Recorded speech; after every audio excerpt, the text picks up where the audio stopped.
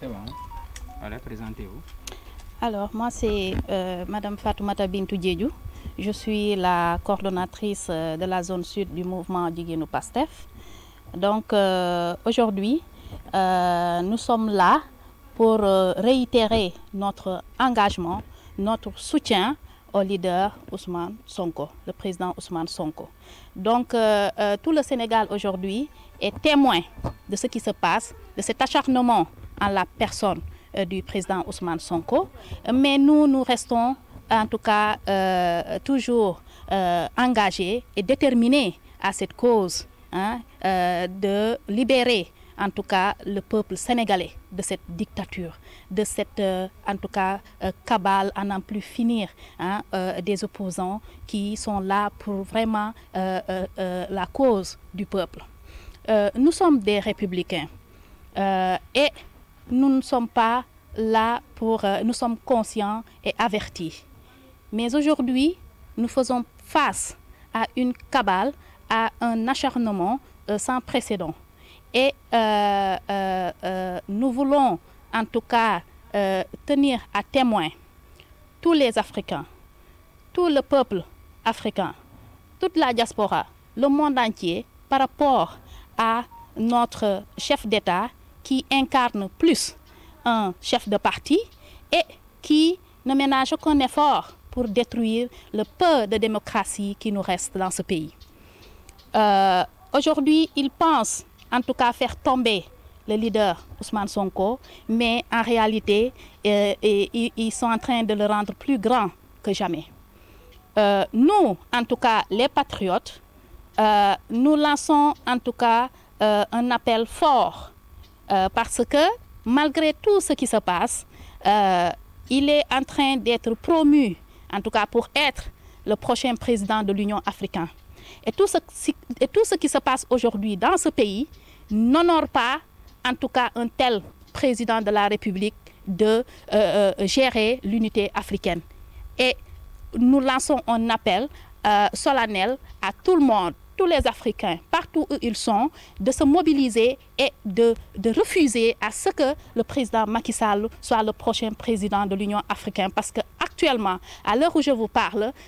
ils sont en train de travailler dans ce sens. Nous refusons qu'un dictateur de cette envergure, qu'une personne qui est très petite, parce qu'aujourd'hui, ce que nous notons, sa stratégie de déstabiliser vraiment ses opposants, c'est une manière vraiment très petite de sa part et c'est tellement flagrant que le peuple sénégalais en est témoin. Mais en charge au procureur de la République de faire cesser cette attaque inacceptable à l'endroit de notre État de droit. Jusqu'où vous êtes prêt à aller pour défendre la dignité de Sonko? En tout cas, nous sommes prêts à nous battre.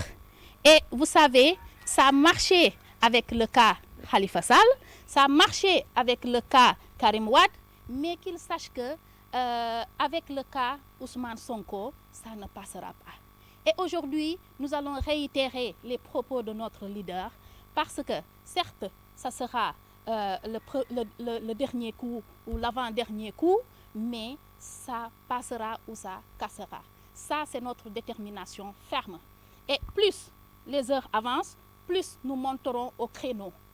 Nous ne comptons pas reculer d'un iota. C'est vrai, ils sont en train d'enfreindre la loi en voulant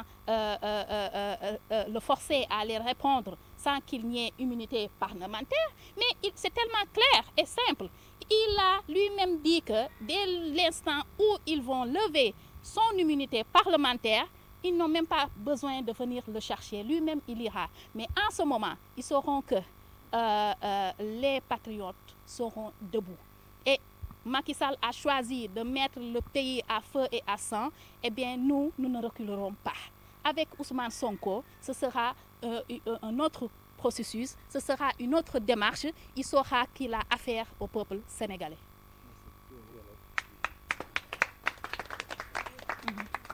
waaw di leen wax ni rek tey dañu daje fii pour wone sunu engagement suñu détermination waaye di wax ni tey la ñu gën a taxaw pour soutenir suñu leader le président Ousmane Sonko. ump leen ni dañoo jóg pour faagaagal ko mais pour daaneel ko waaye cause bi ko tax a jóg pour xeex la cause du peuple na ngeen xam ni tey la gën a taxaw ci lu mu wax démb ak barki démb tey la ko gën a dëgëral waaye nag nañu xam ni tey am na lu nekk di xew xëy na bruit bi sénégalais yi bëre yëguñu ko wala africains yi bëre xamuñu lu xew ñu ngi koy waaj a nommé à la tête de l'Union africaine waaye defe naa ni nit ku mel nii nit ku insensible nit ku mel nii nit koo xamante ne rey na démocratie dëkkam kooku mënul nekk à la tête de notre Union africaine waaye nag maa ngi lancé appel au peuple africain à la diaspora mais à tout le monde entier di leen xamal ni nañu jóg temm pour bañ loolu mu am Macky Sall mënul nekk à la présidence de l'Union africaine c'est pas possible il faut qu'on le refuse il faut que les gens mobilisent de partout dans tous les pays africains je demande à tous les Africains de se mobiliser et de contrecarrer ce projet il ne peut pas diriger l'Union africaine mënul diriger Union africaine bi tout en sachant que dëkk maa ngi takk mu ngi taal dëkkam parce que lii nii mu nekk di def taal dëkk bi la delloo suñu démocratie ci ginnaaw waaye di utiliser ay presque mën naa wax prostituée parce que ñoom ni ñu nekkee di def ay investigation ñun tamit noonu lañu nekk di def ay investigation ba ñuy xam ban nature la cette fille parce que ku def prison koo xamante ne vraiment ñëpp xam nañ sa passé ah kooku c'est pas une sainte donc ñun de toute façon ça ne nous intéresse pas li ñu intéressé mooy suñu leader kenn du ko laal. ban taxawaay ngeen di am pour bañ a jaar Karim ak kii di. Macky Sall def na Karim Wade mu neex mu def Khalifa Sall mu neex waaye gis nga bi Ousmane Sonko bi nag dafa laalaake gis nga nag bii nag moo koy jaaxal parce que li mu musul gis ci àdduna lay gis fu mu toll nii gis nga li ma wax léegi nii mooy plus ñuy avancer plus ñu xam ñan la ñu amal affaire gis nga Sénégal moom moo bëggul Sénégal am jàmm kon du ñu nekk ci jàmm tant que rétablirul l'ordre donc comme bëggul rétablir l'ordre waaye bëggul aussi en tout cas doxal li ñu naan yoon ñun tamit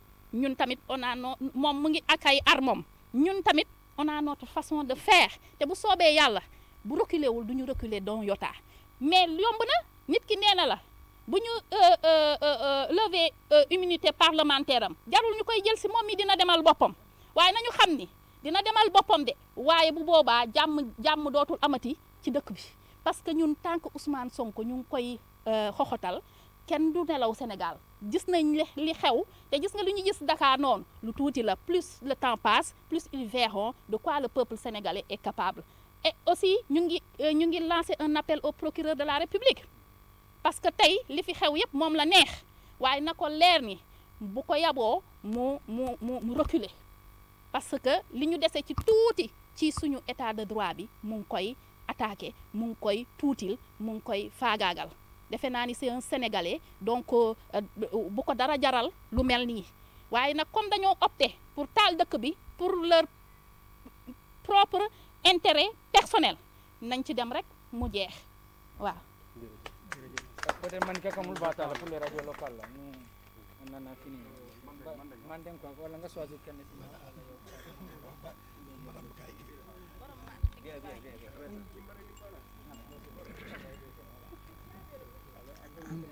Ntelo Fatmata Kareti coordinatrice communale Pastef Sédhiou ha ngal kilin nan janto nga kibar jandan dillal kilin jandan pour kananang min ketan na leader ti Ousmane Sonko amunta ko bi wala ni man saye problème o soto ya accusé ñi min o ko wala yen si jan na to ko da jan foko ko kele parce que ñi manke Pastef da mana ko ti ñi ñanta kele sénégalais be la ko ti parce que Sonko wilta projet le la janto Sénégal kono 2024 na keta mansat maki wo ko le long wala yatina kabiri ameta ka Sonko no maka piège o tendre Sonko e dawada ama sotono asitamino nyin dulale to pour ko min satina ase kuke no Sonko la wala atina nyin piège o tendre mais kay tandi ko makila ko ala nyin piège o wonte ay piège do nyin mbar wonte bi hani mi manke Pastef nkolti be danken ya tale ko ay ñim piège min tendre Sonko ye wonin fani manna wonin fani manna bi wala ko yen si janka ke dindi ka ke bati kanana janga ben jambi kun folo ka ko ka ca nyonka mbaji bela mba ko kele nyami ka fo procureur ko na leader ay fatama ay abula ay nyin ko tuje tanka ma nyin ko tuje ni me fonyo nyin ko la ntem fonyo la nko yake Karim la janna ye wati yake Khalifa la ye wati bari Sonko ta wote wati la Sonko ta ay koy procureur ma fer ko Sonko ta wote wati la jan wokon e ka ade ay sumuto boyen kawlek atata massage la dam te kordatio do ya sedial kon yibe mo boyen kanna bon kon hani sunguto fani kambano nalbe diari nyoye brio ka kele surtout wandi mo mi yalan ko i malo amelo ay jeki te yom wo boyen kam makam manko ma fenke manko ma te mo be ko caméra de surveillance nani wala bo korda kon te caméra ma yitandi wodula de moyo ko wodula jibe salon ko wo mu piège oleti faut janni jusqu'au bout na leader mbaba mbula janni jusqu'au bout parce que ama kuke bi amanka o moti famille bo siloka amunta ko makidal abe piège le tendre doron pour comme ça na se tilonu kunno Sonko ma asikol kenu parce que abe de undin élection fela be ñorondi dal élection kilinti jama min programme élection kilinti jama min programme na la ta fana akana Sonko arrêté ngalo ñoye face à face ay élection programme otumolon ku robe koyel mais pour que rien que ça ngole fon ko be fam bulala makibulu doro abe Sonko nuko ne say baje la jannin karo be fala doro abe élection commencer la ke programme do wala te kala ja ko wala te soto la jang ka muto wo nyama te soto la bi wo te soto la sam na leader bi atata dawda mbako ma bi mbako ma sam nyimu do man diunti fo jannin sama mi be kel